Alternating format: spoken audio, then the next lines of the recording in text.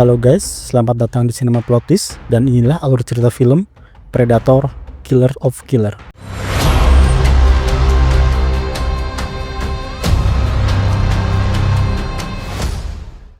Di luar angkasa, terdapat ras pemburu yang diberi nama Predator. Mereka ini gemar memburu ras terkuat yang ada di alam semesta. Mereka mendatangi setiap planet yang mereka anggap pantas untuk dijadikan tempat perburuan. Dan yang menjadi tempat perburuan kali ini adalah planet Bumi. Cerita kali ini akan terbagi menjadi 3 bagian, yang terjadi di 3 timeline yang berbeda. Kisah pertama berjudul Sang Perisai, terjadi di wilayah Skandinavia pada era Viking. Tokoh utamanya adalah seorang prajurit Nordik bernama Ursa. Ursa bersama putranya yang bernama Anders tengah memimpin seluruh klannya dalam sebuah ekspedisi untuk menghancurkan suku Krivik yang dipimpin oleh Zoran. Mereka pun sampai di sebuah pantai dan langsung disambut dengan hujan panah api. Walau begitu, pasukan Ursa tak gentar dan berhasil mengalahkan musuhnya. Sayangnya Zoran tidak diketahui keberadaannya. Seorang prajurit musuh yang tersisa kemudian diinterogasi oleh Ursa. Awalnya, prajurit itu menolak untuk bicara. Namun setelah Ursa menyiksanya, terpaksa dia pun memberitahu di mana lokasi Zoran berada.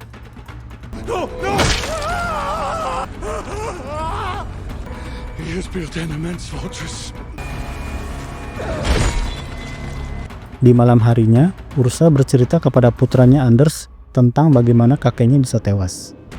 Flashback ketika Ursa masih kecil, ayahnya kalah dalam sebuah pertempuran melawan Zoran. Sebelum meninggal, ayahnya Ursa sempat memohon kepada Zoran untuk membiarkan putrinya tetap hidup. Zoran setuju untuk membiarkan Ursa hidup. Namun sebagai gantinya, Zoran meminta Ursa untuk membunuh ayahnya sendiri. Will die by hers. Listen to these words. No. His blood marks you. Avenge me.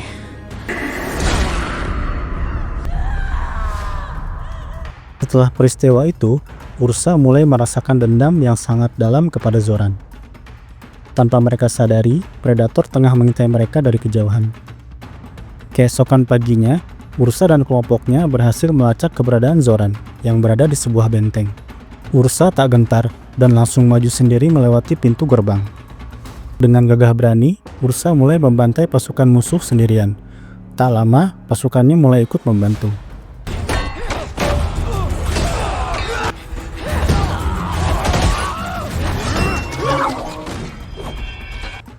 Di dalam aula, Ursa akhirnya bertemu dengan Zoran. Walaupun sedang terdesak, Zoran malah mulai memprovokasi Ursa. Tidak tahan mendengarnya, Anders kemudian langsung mengeksekusi Zoran. Tidak lama, Anders tiba-tiba jatuh terpental, dan sesosok makhluk mulai menampakkan diri. Ya, dialah sang Predator. Predator mulai membantai seluruh anak buah Ursa dengan sangat kejam. Tinggal tersisa Ursa dan Anders yang terus berusaha mati-matian melawan Predator. Anders tertimpa reruntuhan bangunan, sementara Ursa terpental keluar dan jatuh ke dalam danau es.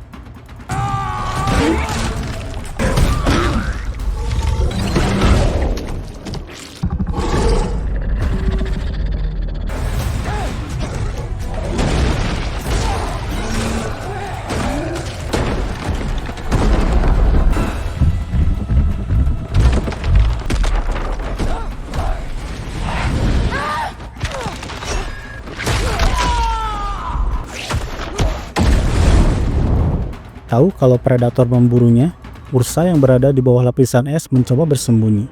Rupanya, dengan bersembunyi di bawah es, membuat Predator tidak dapat mendeteksi hawa panas yang terpancar dari tubuh Ursa. Menyadari hal itu, Ursa mulai naik ke permukaan dan menyerang Predator. Memanfaatkan jangkar kapal sebagai senjata, Ursa akhirnya berhasil memancing Predator hingga terjatuh ke dalam danau es. Jangkar yang melilit tangan Predator mulai menariknya tenggelam semakin dalam. Ursa yang mencoba naik ke permukaan ditarik oleh Predator, dan kembali terjadi pertarungan di dalam air. Dengan cerdas, Ursa berhasil memanfaatkan serangan Predator untuk menghempaskannya ke permukaan dan membunuh Predator tersebut.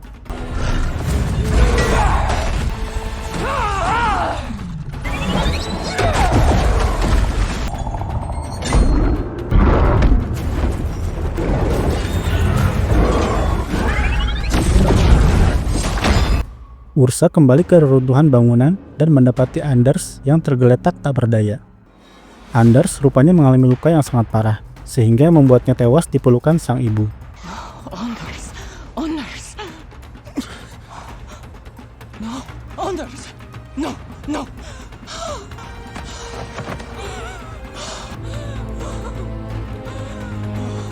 Kisah berlanjut di zaman feodal Jepang yang berjudul Sang Pedang. Menceritakan dua saudara kembar bernama Kenji dan Kiyoshi yang dilatih sangat keras setiap hari untuk menjadi seorang prajurit. Walaupun begitu, hubungan mereka sangat dekat. Ayah mereka merupakan seorang panglima perang yang sangat disegani. Namun pada suatu hari, keduanya diminta saling bertarung demi membuktikan siapa di antara mereka yang pantas menjadi penerus sang ayah. Kenji yang tidak mau melawan saudaranya membeli untuk menurunkan pedangnya, yang mana hal itu membuat sang ayah menjadi kecewa. Di sisi lain, Kiyoshi yang tidak mau melihat kekecewaan dari sang ayah kemudian memutuskan untuk menyerang Kenji. Mendapat serangan mendadak, Kenji pada akhirnya harus kalah dari Kiyoshi dan mendapat luka permanen di wajahnya. Tidak menyangka kalau saudaranya akan mengkhianatinya, Kenji kemudian memutuskan untuk pergi dan meninggalkan kediamannya. Selama 20 tahun, Kenji terus menahan semua rasa dendamnya terhadap Kiyoshi, dan selama itu pula, dia terus berlatih dengan sangat keras sampai akhirnya menjadi seorang ninja. Setelah kematian ayahnya, Kiyoshi maju menggantikan posisinya. Kenji berencana untuk menyusup masuk ke dalam kastil, untuk membalas dendam kepada saudaranya Kiyoshi. Sementara itu, di atas kastil, seekor predator terlihat sedang mengawasi mereka. Kenji berhasil menyusup ke dalam kastil tanpa diketahui siapapun, kecuali oleh predator.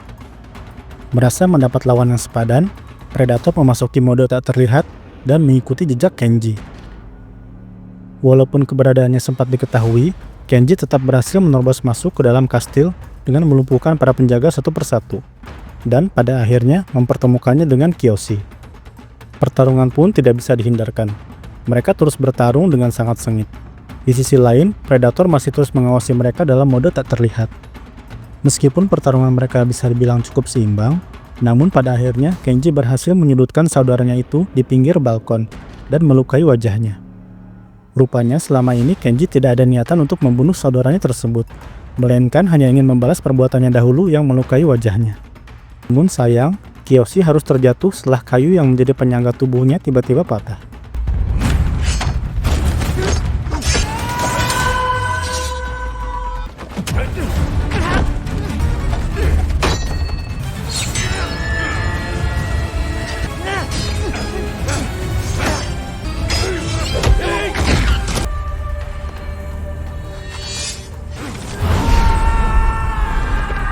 Baru saja dibuat kaget dengan kejadian itu, Kenji kemudian dikejutkan lagi dengan kemunculan predator yang tiba-tiba menyerangnya. Para penjaga yang mendengar keributan tersebut lalu mulai masuk ke dalam ruangan. Namun betapa kagetnya mereka ketika melihat suatu sosok yang sangat mengerikan, yaitu predator. Kenji memanfaatkan kesempatan itu untuk bersembunyi, di mana dia kemudian menyaksikan bagaimana para penjaga dibantai dengan sangat sadis. Kenji berusaha melarikan diri dan predator terus mengejarnya. Kenji terus menghindari serangan predator sampai akhirnya terjatuh ke dalam sebuah kolam.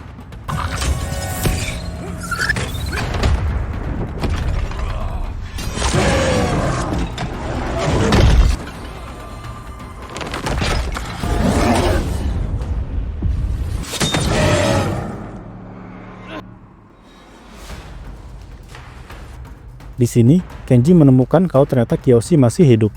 Keduanya sempat kembali bertarung. Namun pertarungan mereka akhirnya terhenti setelah si predator muncul dan menyerang keduanya. Kenji dan Kiyoshi pada akhirnya bekerja sama untuk melawan predator. Mereka bertarung dengan sangat sengit. Singkat cerita, keduanya akhirnya bisa mengalahkan predator dengan serangan kombinasi. Namun, akibat dari pertarungan itu membuat Kiyoshi harus tewas karena menderita luka yang sangat parah.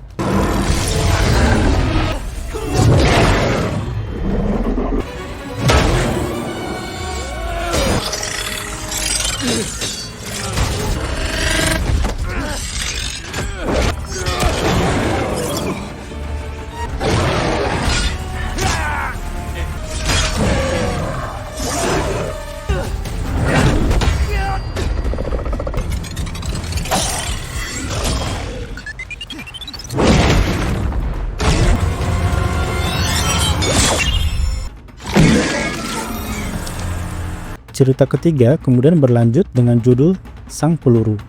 Berlatar di Florida, Amerika Serikat di masa Perang Dunia Kedua. Seorang pemuda bernama Torres memiliki ketertarikan yang sangat tinggi terhadap pesawat. Dia juga memiliki keahlian di bidang mesin. Hal ini menurun dari ayahnya yang juga seorang mekanik. Torres pada akhirnya direkrut menjadi tentara Amerika Serikat sebagai pilot pesawat tempur. Maju 1 tahun kemudian di Samudra Atlantik, Torres harus memulai semuanya dari bawah. Dia tidak benar-benar diangkat secara otomatis menjadi seorang pilot, melainkan harus membuktikan kepada atasannya dahulu bahwa dirinya memang layak menjadi seorang pilot. Tidak lama setelah itu, terjadi serangan pada salah satu pesawat dari objek yang tidak dikenal.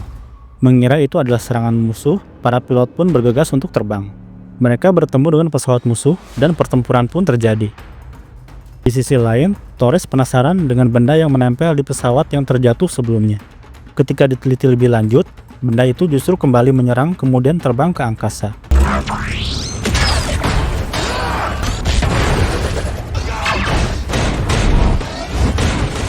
Merasa ada yang tidak beres, Torres melapor kepada petugas radio untuk memperingatkan para pilot yang sudah terbang bahwa ada sesuatu yang berbahaya di luar sana. Sayangnya, sinyal radio tidak bisa menjangkau mereka. Torres kemudian memilih untuk terbang menggunakan pesawat yang masih tersisa, yaitu pesawat bobrok yang ia rakit sendiri bersama kawannya. Walaupun awalnya hampir gagal, pesawat secara ajaib berhasil terbang. Begitu sampai di lokasi, Torres mencoba memberitahukan teman-temannya tentang adanya bahaya yang mengincar mereka. Dan benar saja, tidak lama setelah mereka berhasil mengalahkan pesawat musuh, tiba-tiba mereka diserang oleh sebuah pesawat luar angkasa yang dikendarai oleh Predator. Pertarungan tak seimbang pun terjadi. Pesawat Predator memiliki ukuran yang berkali-kali lipat lebih besar dan persenjataan yang lebih canggih dibandingkan dengan pesawat mereka. Pertempuran berlangsung sengit, sehingga menyisakan Torres dan atasannya Fendi saja.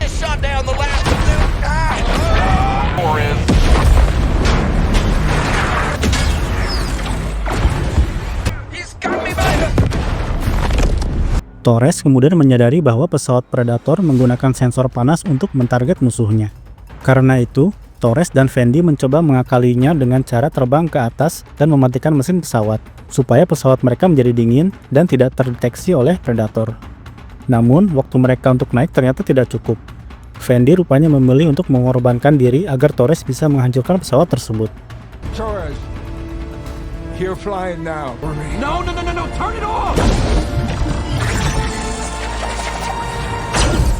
Mandy, no! Torres berhasil menghancurkan salah satu mesin pesawat Predator dan membawanya menuju zona perang. Ukuran pesawat Predator yang besar membuatnya menjadi sasaran empuk bagi senjata anti pesawat musuh.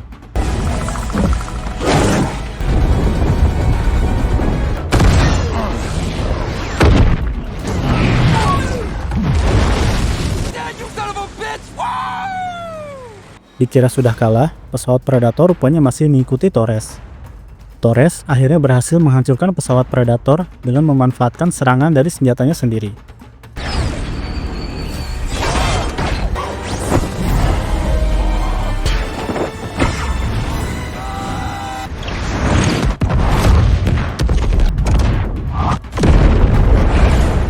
Singkat cerita, Torres selamat dan kembali ke kampung halamannya.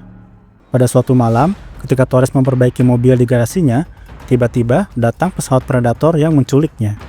Torres dimasukkan ke dalam Kairoslip. Begitu terbangun, dia bertemu dengan Ursa dan Kenji. Rupanya, mereka semua berada di sini karena sebelumnya mereka telah mengalahkan Predator. Tidak lama kemudian, ketiganya dibawa ke sebuah arena di sebuah planet antah berantah. Mereka bertemu dengan pemimpin Predator. Pemimpin Predator kemudian memerintahkan ketiganya untuk bertarung antar satu sama lain. Dan bagi siapapun yang bisa memenangkan pertarungan, bakal melawan si pemimpin Predator tersebut. Dari sana, ketiganya lalu diberikan senjata yang berasal dari zaman mereka masing-masing. Namun, begitu Torres melihat kalau dirinya mendapatkan sebuah pistol, dia merasa terkejut karena pistol tersebut tidak berasal dari zamannya. Begitu pertarungan dimulai, Ursa dan Kenji langsung melancarkan serangan. Torres yang tidak mau keduanya saling membunuh kemudian mencoba untuk meyakinkan mereka untuk mau bekerja sama dan melarikan diri. Namun, tidak berapa lama kemudian, si pemimpin Predator tiba-tiba melepaskan seekor monster besar ke dalam arena.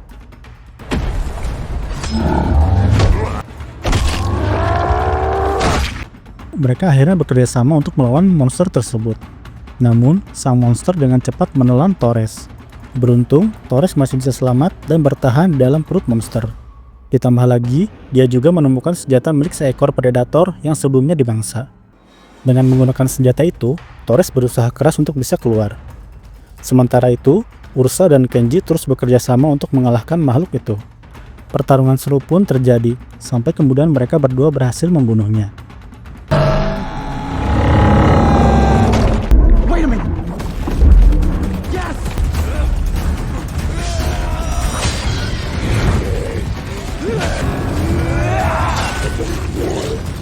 Mayat dari monster itu lalu dibawa keluar dari arena. Tanpa sepengetahuan para predator, Torres masih hidup dan berada di dalam tubuh monster. Tersisa Ursa dan Kenji.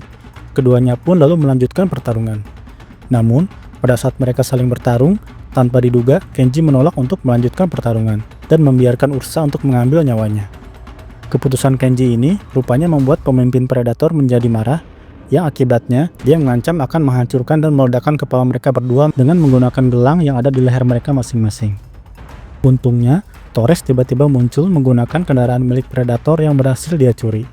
Torres juga berhasil melucuti gelang leher mereka. Mereka kemudian maju untuk menghadapi pemimpin predator bersama-sama. Kendaraan tersebut hancur, menyebabkan Torres terlempar, sedangkan Ursa dan Kenji berhadapan langsung dengan sang pemimpin predator. Mereka berdua bekerja sama menghadapi pemimpin predator, sementara Torres berusaha untuk mencuri pesawat terbang. Ursa dan Kenji berhasil dikalahkan oleh pemimpin predator. Namun, sebelum berhasil membunuh mereka, Torres berhasil menghidupkan pesawat yang kemudian mementalkan sang pemimpin predator.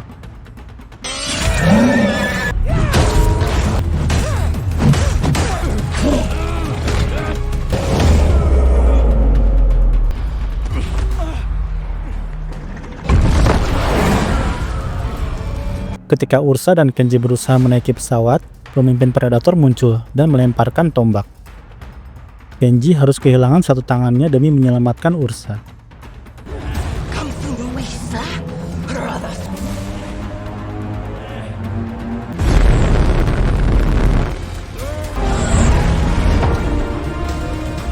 Namun, pelarian mereka harus terhenti ketika para predator menembakkan rantai yang menahan laju pesawat. Karena tidak mau usaha mereka menjadi sia-sia, Ursa kemudian mengorbankan dirinya dengan meluncur ke bawah dan menghancurkan mesin rantai tersebut. Ursa berhasil ditangkap. Kemudian, pemimpin predator memerintahkan perburuan terhadap Torres dan Kenji yang kabur. Para predator lalu memasukkan Ursa ke dalam Kairoslip dan menempatkannya ke dalam sebuah ruangan besar di mana di sana terdapat banyak tawanan yang juga berhasil ditangkap yang berasal dari berbagai macam era. Dan salah satunya adalah sosok Naru yang ada di film Prey yang sudah aku bahas sebelumnya. Kira begitulah kisah yang dibawakan oleh film Predator Killers of Killers. Silahkan tulis request dan pendapat kalian di kolom komentar. Jangan lupa like kalau kalian suka dengan konten-konten kami.